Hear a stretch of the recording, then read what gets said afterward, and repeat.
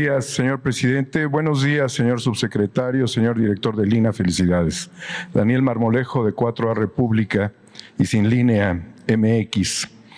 Señor presidente, cuando llega un gobierno nuevo, se esperan muchas cosas de esa llegada. Y acaba de suceder en semanas recientes algo muy importante en el estado de Hidalgo, y concretamente con la llegada del gobernador Julio Menchaca Salazar. Se trata de una investigación que ha dado como resultado el descubrimiento de una estafa siniestra. Esta estafa siniestra comprendería el involucramiento de al menos 13 presidentes municipales en una defraudación a través de una operación sistemática, recurrente, con características que pudieran darse también en otros estados del país. Es un quebranto hasta el momento de más de 522 millones de pesos, en donde además de 13 presidentes municipales estarían involucradas al menos 3 secretarías de Estado, del Estado de Hidalgo, del gobierno de Omar Fayad. Se trata, hasta el momento en las investigaciones, de los presidentes municipales de Epazoyucan, quien tendría una defraudación aproximadamente de 14,215,780 pesos. El de Huautla, de 26,615,780 pesos. De Nopala de Villagrán, de 71,960,890 pesos, de Yagualica, 15 millones de pesos. En el caso de Nopala de Villagrán, el presidente municipal se encuentra prófugo. Los otros están detenidos y se esperaría, además, que se terminaran de integrar las carpetas de investigación sobre el resto de presidentes municipales, que repito, hasta el momento son 13. Pero es la punta del iceberg de una operación de defraudación muchísimo más grande, de miles de millones de pesos en ese mismo gobierno. Debo señalar que el oficial mayor, el ex oficial mayor, Martiniano Vega, tiene una orden de aprehensión también. Estarían en este momento promoviéndose los relevos de los presidentes municipales. Este es un caso único en la historia de nuestro país.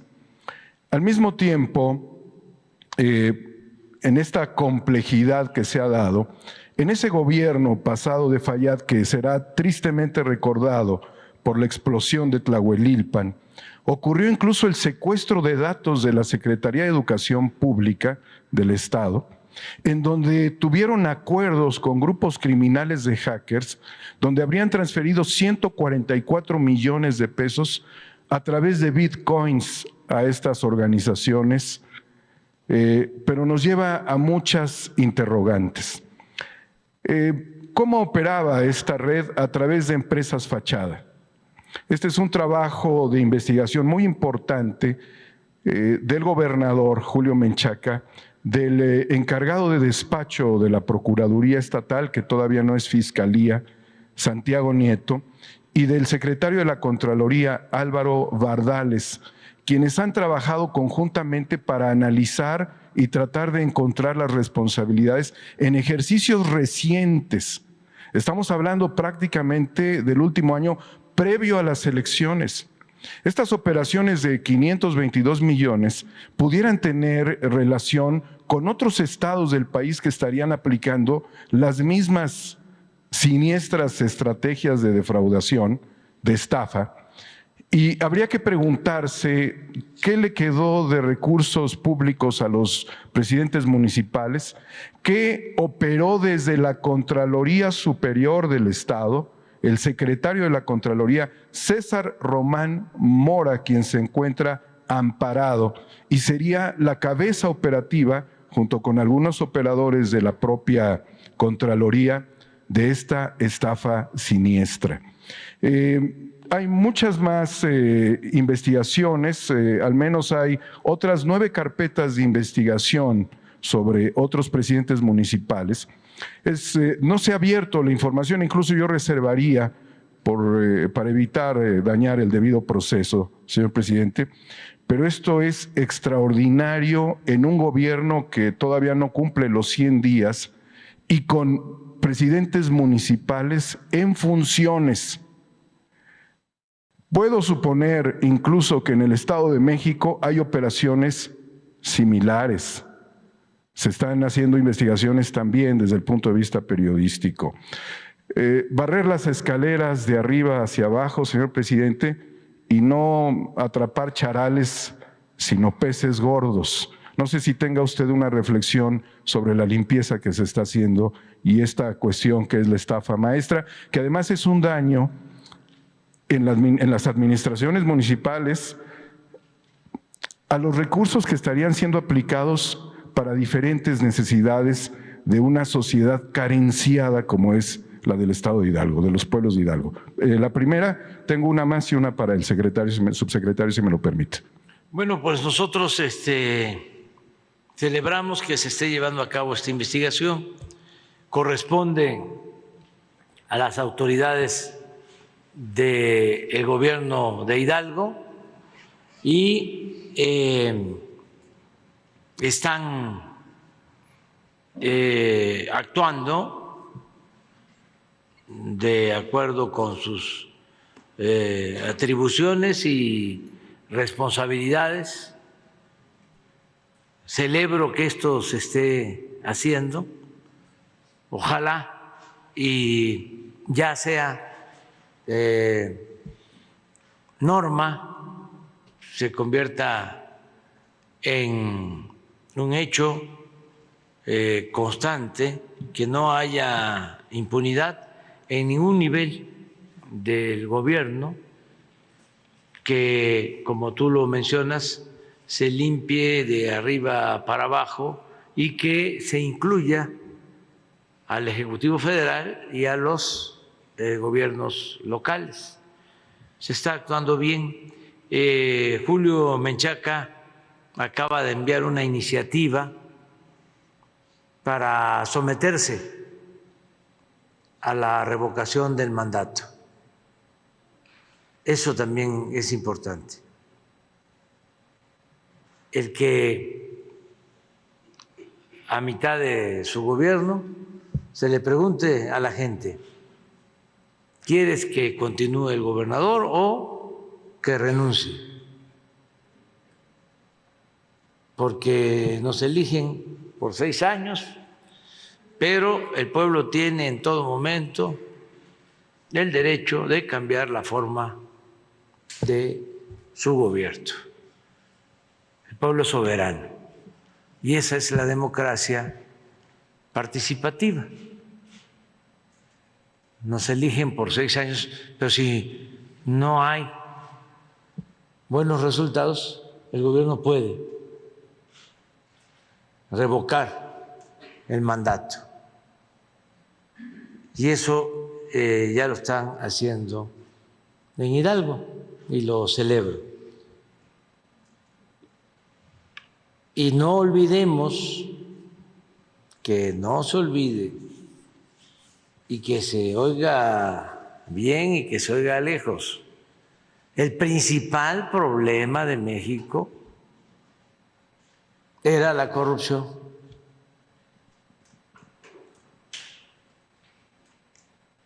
Y el peor de los males es que los gobernantes deshonestos y sus cómplices del sector privado ni siquiera perdían su respetabilidad.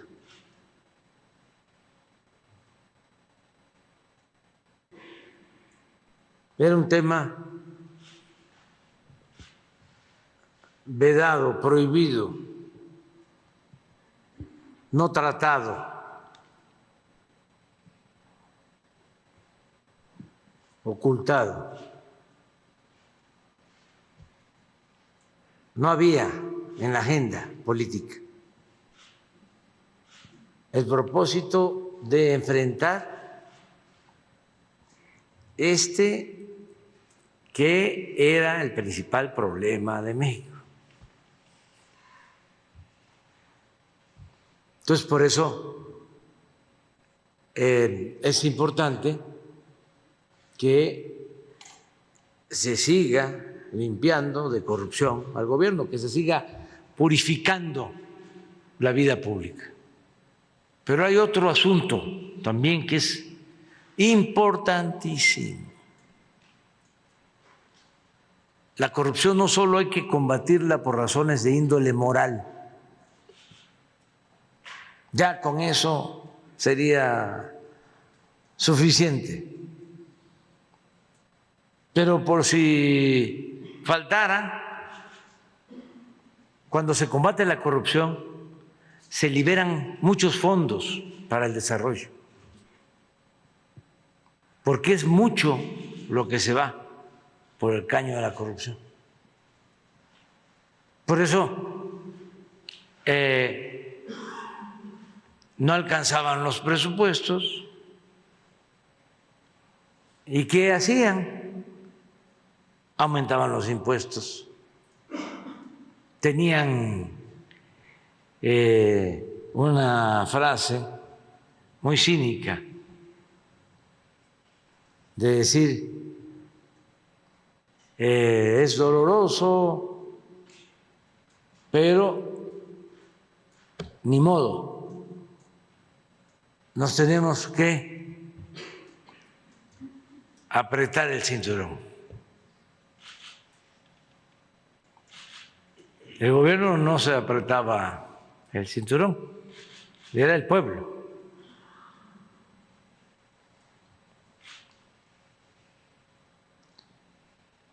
Por eso los aumentos de impuestos, me acuerdo muy bien todavía, cuando estábamos llegando aquí para ser el jefe de gobierno y me entrevisto con el presidente electo Vicente Fox en una casa en Las Lomas que le había prestado Roberto Hernández. Mes de septiembre, porque pasó la elección y no nos veíamos hasta septiembre. Y lo primero que me plantea es que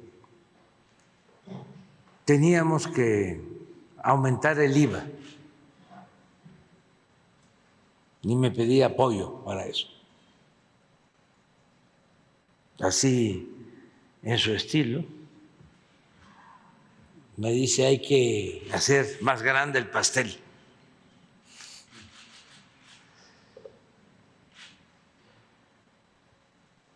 Y le dije que había que combatir la corrupción y que había que aplicar un programa de austeridad. No, ya todo está comprometido. Hace falta presupuesto. Además, dice,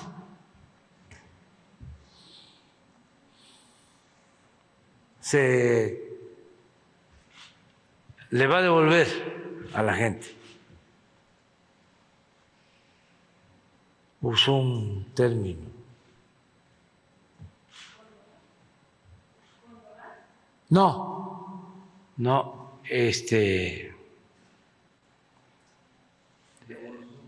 sí, pero en demasía, pero es una palabra que... Copeteado. Copeteado. Sí, se le va a regresar copeteado. Y ya le contesté, como decía Keynes, ya para cuando se los regresen, ya vamos a estar muertos,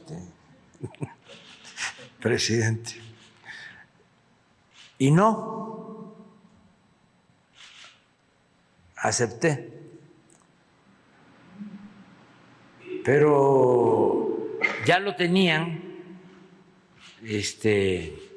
convencido,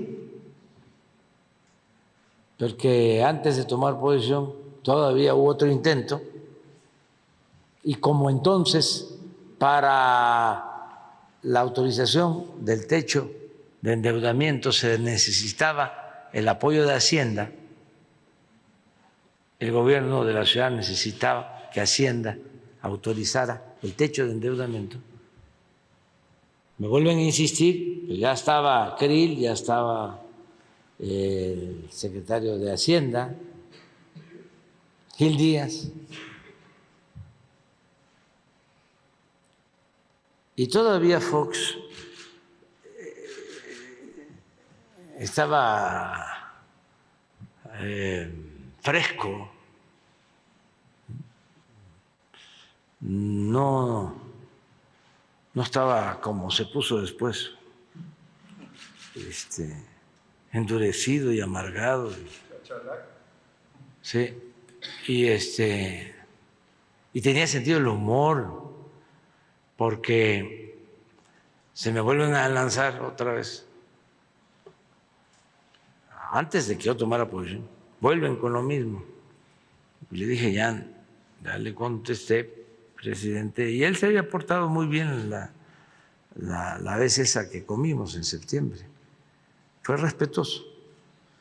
Y en diciembre, unos días antes de que yo tomara posición, vuelven con lo mismo, lo del IVA. Y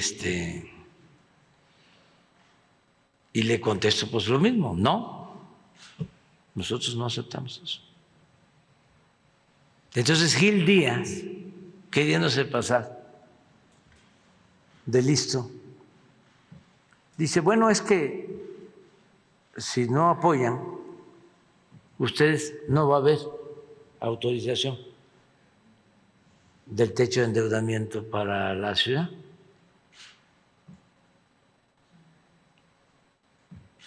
Entonces, pues ya nada más, lo único que le dije, pues no se preocupe, no nos autoricen,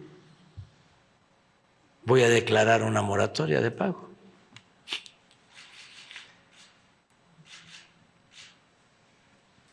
Y pues ahí Fox lo que hizo fue reírse, o sea, como diciendo, no te metas con... ¿Para qué te metes?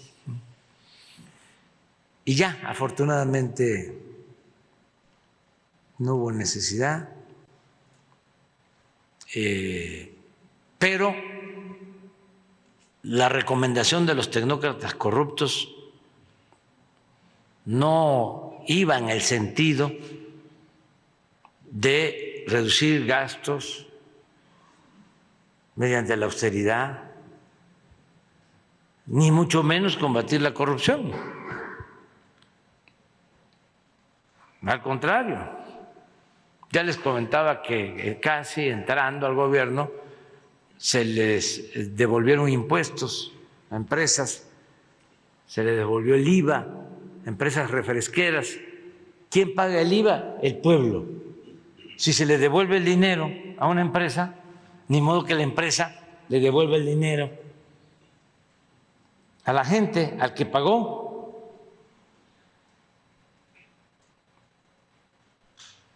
Entonces, no buscan esas opciones, no aplican la fórmula de combate a la corrupción y ahorro, evitando gastos superfluos o el derroche del presupuesto. Entonces, es aumenta impuestos o solicita deuda. Esa era su fórmula. Y sigue siendo en algunos lugares del mundo. Entonces, cuando se combate la corrupción, se tiene la ventaja de que el presupuesto rinde,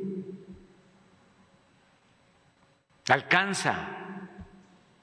No hay necesidad de aumentar impuestos, no hay necesidad de endeudar al país, porque una obra que cobran en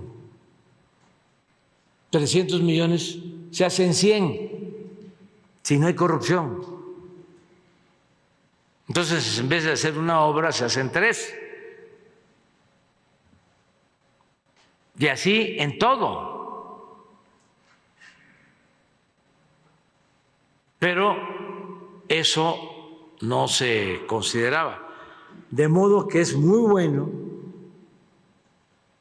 que se siga limpiando de corrupción y no permitir nunca más el saqueo, el robo,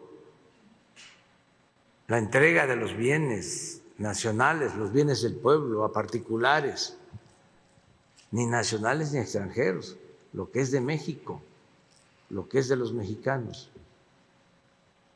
Pero en fin, eso es lo que puedo comentar. Sí, gracias, señor presidente.